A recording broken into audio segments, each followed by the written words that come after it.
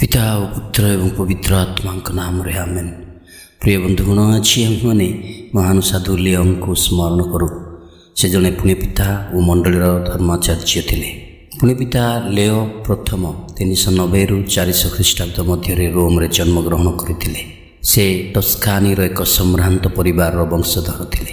से पुण्य पिता सेलेस्तिनो प्रथम एवं सिक्स्तुस तृतीय अधीन रोम मंडलीर महा उपजाचक थे। 440 मसीह जितेबाला लियो गाउल ठारे एक मिशन रे थिले, पुण्य पिता सिक्स्तुस मृत्युवरण कले एवं रोमर जाचक माने और लोक माने तांको उत्तराधिकारी भाव में लियो को बाछिले। 440 साल सेप्टेम्बर मास 29 तारीख में तांको पुण्य पिता भाव में सिंहासन प्रदान करा जायतिला। ज्ञान एवं पवित्रता सहित से परवर्ती संकटपूर्ण समय मध्य मंडली को परिचालना करथिले। से मंडली और रोमान साम्राज्यर भाग्य एक निर्णायक भूमिका ग्रहण करथिले।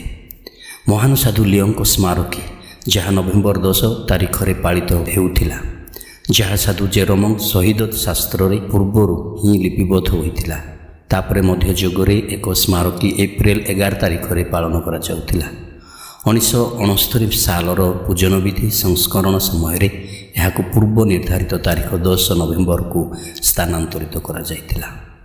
443 मसीह पुण्य पिता लियो प्रथम रोम रे एक सभा डकाई, जहाँ द्वारा 416 मसीह पुण्य पिता इनोसेंट प्रथम द्वारा निंदित होइथिबा मानिचाइजमर त्रुटि गुड़िक प्रकाश करा जायतिला एवं सेमानक पुस्तक गुड़िक पोड़ी दिया जायतिला। से पेलागियान मानक विरुद्ध में मध्य सही समान कार्यानुष्ठान ग्रहण करथिले। तांकर प्रथम चिंताधारा थिला जे मंडली विश्वास विच्युत होगा उचित नुहे। विश्वासर पवित्रता पाई उत्साही होई से मानिचियाजिम, आर्यवाद, अपोलोनियारिजम, नेस्टोरियानिजम, पेलागियानिजम, यूटिचियानिजम किंबा मोनोफिजिटिजम, नोभाटियानिजम एवं डोनाटिजम भली पाषांडवाद को विरोध करते एवं गुरुत्वपूर्ण विजय हासिल करते। से मौलवादी रक्षाकर्ता और कैथोलिक परंपरार जड़े ग्यारेंटर बा प्रतिश्रुति देवा व्यक्ति थे। से पश्चिमर धर्म विरोधी मतवाद को नियंत्रण में आनी प्रभु स्वभाव संपर्क में पूर्वर गुरुत्वपूर्ण सिद्धांत विवाद में हस्तक्षेप करते एवं रोम को बर्बर मानक ठारू रक्षा करते। तांकर शास्त्रीय मतवाद टोमस आड फ्लावियानम नामर एक पत्र कन्स्टान्टिनोपलर कुलपति फ्लावियानम को लिखिथिले। से सही पत्र रे स्पष्ट और दृढ़तार सह कहिथिले जे ख्रीष्ट जड़े अनन्य व्यक्तित्वधारी जार दुईटी स्वभाव थिला, यथा मानव और ईश्वरिक स्वभाव। 450 मसीह यह समस्त द्वारा ग्रहण करा जायतिला। पुण्य पिता लियो विश्वस्तरीय मंडलीर जड़े प्रकृत पालक और शिक्षक थिले। से रोमर प्राधान्यतार धर्मतत्व विकसित करथिले एवं शिक्षा देथिले जे धर्माध्यक्ष माने धर्माध्यक्षत्व और दुर्बलतार समान, किंतु पितरंक उत्तराधिकारी व्यक्तित्व पितरंक द्वारा परिचालित होइथांती। जे समस्त धर्माध्यक्ष ठारू प्राधान्य से पितरंक उत्तराधिकारी प्राधान्यता लाभ करिथाए। एही विषय एक सुस्पष्ट एवं प्राय आधुनिक सिद्धांत उपस्थापन करथिले। सर्वोच्च पालक भाव से व्यवस्थित और कठिन परिश्रम सहित प्रचार करिबारे निजको उत्सर्ग करथिले। से व्यक्तिगत भाव में तांकर उपदेश रचना करथिले। समग्र लिटर्जिकल बा पूजन विधि वर्ष पाई तांकर प्रचार संरक्षित रही। धर्मशास्त्र उपरे आधारित सेगुड़िक पवित्रता प्रति उत्साह देवा एवं विश्वासी मानक मध्य मंडली प्रति सचेतना सृष्टि करबा पाई उत्कृष्ट सामग्री प्रदान करते। साधु लियों पुण्य पिता हेबार प्रथम 5 वर्ष मध्य 96टी ग्रंथ बा प्रवचन विद्यमान। से पूजन विधि संबंध में वार्ता प्रदान करथिले एवं लोकमान दैनंदिन आवश्यकता तथा आग्रह सहित तांकर शिक्षा को सामिल करथिले। से मंडलीर जड़े महान और सुदक्ष प्रशासक थिले। सही समय से जड़े गभीर आध्यात्मिक और पालक्य परिचालित व्यक्ति थिले। तांकर यथेष्ट पत्र विनिमय मध्य संरक्षित करि रखा जाइछि। से एते गभीर और विविध विषय सहित कार्य करथिले जे तांको प्रवचन 24टी पाठ्य लिटर्जी ऑफ द आवर्स बा मंडलीर प्रार्थना पुस्तक रे अंतर्भुक्त करा जाइछि। 451 ମସିହାରେ 600ରୁ ଅଧିକ ଧର୍ମାଧ୍ୟକ୍ଷ ଚାର୍ଲସେଡନ୍ ଠାରେ ଆୟୋଜିତ ଏକ ଅସାଧାରଣ ପରିଷଦରେ ଏକତ୍ରିତ ହୋଇଥିଲେ। ଯେତେବେଳେ ପୁଣି ପିତା ଲିଓଙ୍କ ପତ୍ର ଯାହା ଖ୍ରୀଷ୍ଟଙ୍କ ଦ୍ୱିଗୁଣିତ ସ୍ୱଭାବ ସମ୍ବନ୍ଧୀୟ ବିଷୟ ଅଟେ ତାହା ସେମାନଙ୍କ ମଧ୍ୟରେ ପଢ଼ାଯାଇଥିଲା। ଧର୍ମାଧ୍ୟକ୍ଷମାନେ ଏହାକୁ ପ୍ରଶଂସା କରି କହିଲେ, ଏହା ପ୍ରେରିତମାନଙ୍କ ବିଶ୍ୱାସ, ଏହା ଧର୍ମପିତାମାନଙ୍କର ବିଶ୍ୱାସ ଏବଂ ଏହା ଆମେ ସମସ୍ତେ ବିଶ୍ୱାସ କରୁ। ପିତର ଲିଓଙ୍କ ମୁଖ ମାଧ୍ୟମରେ କହିଛନ୍ତି।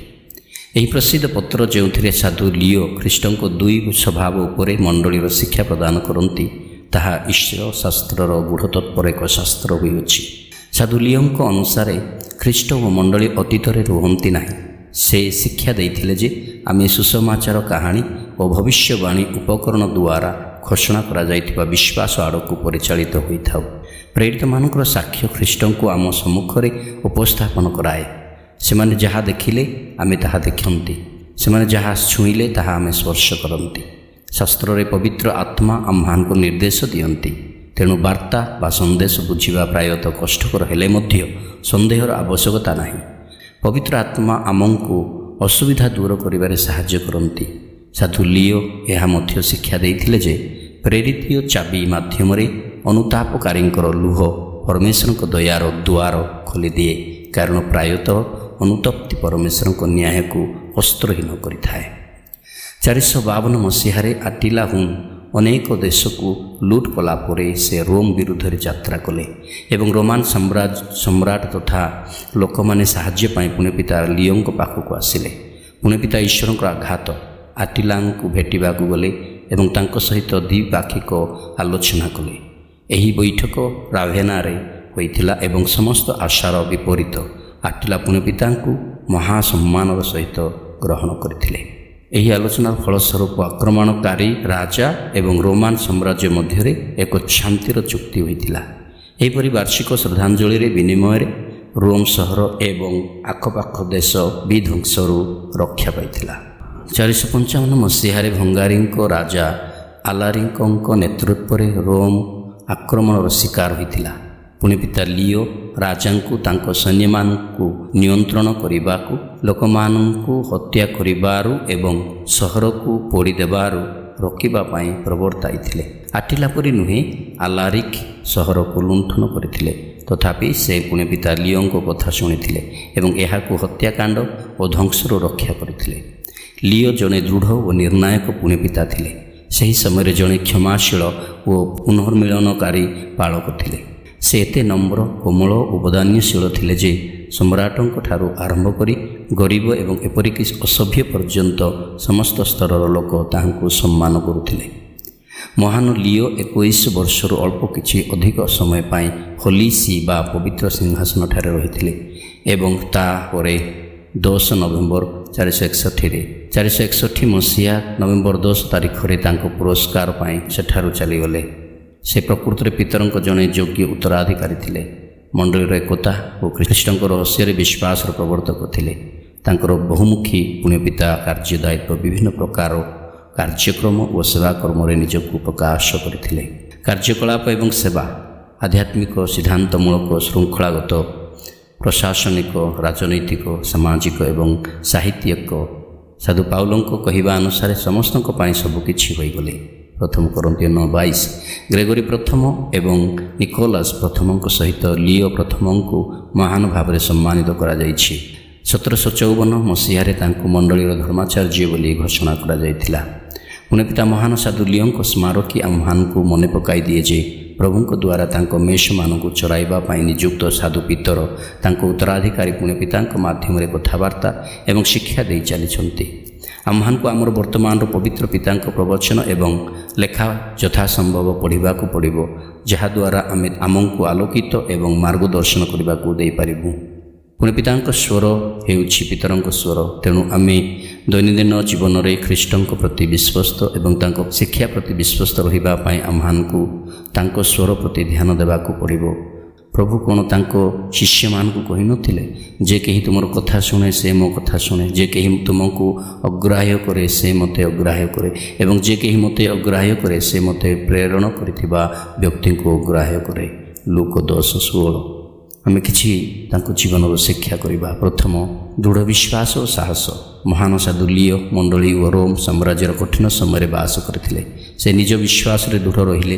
जेतेबेले अटिला हन रोम को आक्रमण करने को आसिले साधु लियो साहसिक भाव तांको सहित साक्षात कर सेठारु पछे हटिबा को बुझाइथिले। शिक्षा परमेश्वर को ऊपर विश्वास आम्हान को साहस जोगाई थाए जेते भयंकर समस्या को मध्य आमे सम्मुखीन करि परिबा। द्वितीय सत्यर रक्षक। पुण्यपिता भावे साधु लियो जीशुख्रीष्ट विषय सत्य शिक्षा प्रदान करते। से कही जे जीशु संपूर्ण भाव ईश्वर और संपूर्ण भाव मनुष्य। तांको लेखा मंडलीर शिक्षा को अधिक दृढ़ कला। शिक्षा जितेबाला आम जीवन में सत्य पाई कष्ट बा समस्या उपजे से समय सत्य पाई दृढ़ रहा आमर कर्तव्य बोली मन करवा उचित। तृतीय दयाशील नेतृत्व। साधु लियो निज जनता को हृदय भल पाउथिले। से तांको आत्मिक भाव नेतृत्व देइथिले एवं समय सहायता प्रदान करथिले। शिक्षा नेतृत्व अर्थ हेउछि सेवा। आमर महानता अन्य को भल पाई सेवा करिवारे अछि। चतुर्थ परमेश्वर योजनार भरोसा। युद्ध भ्रांत शिक्षा और दुखरे मध्य से परमेश्वर ऊपर पूर्ण भरोसा रखिथिले। से लोकमान को आशा संचार करिवार शिक्षा देइथिले। शिक्षा अस्थिर समय मध्य परमेश्वर को योजना चालू रही थाए। तांको ठारे भरोसा कले शांति और शक्ति मिले। पंचम शब्दर शक्ति। साधु लियो प्रवचन लोकों को आत्मिक शक्ति देइथिला। से परमेश्वर को वाणी को सहज और शक्तिशाली भाव प्रचार करथिले। शिक्षा जदि आमर शब्द सत्य और प्रेम भरी थाए सेगुड़िक अन्य को आलोक और सांत्वना दे पारे। सारांश महान साधु लियो आम्हान को सिखाते जे विश्वास रे साहसी हेबा, सत्य रे दृढ़ रहिबा, सेवारे नम्र हेबा, परमेश्वर को ऊपर भरोसा रखिबा और प्रेमर शब्द व्यवहार करिबा। तांको जीवन आम्हान को स्मरण कराई दिए जे पवित्रता शक्ति किंबा ज्ञान रे केवल नुहे बरं जीशुख्रीष्ट भली प्रेम और सत्य रे अन्य को नेतृत्व देबारे अछि। धन्यवाद।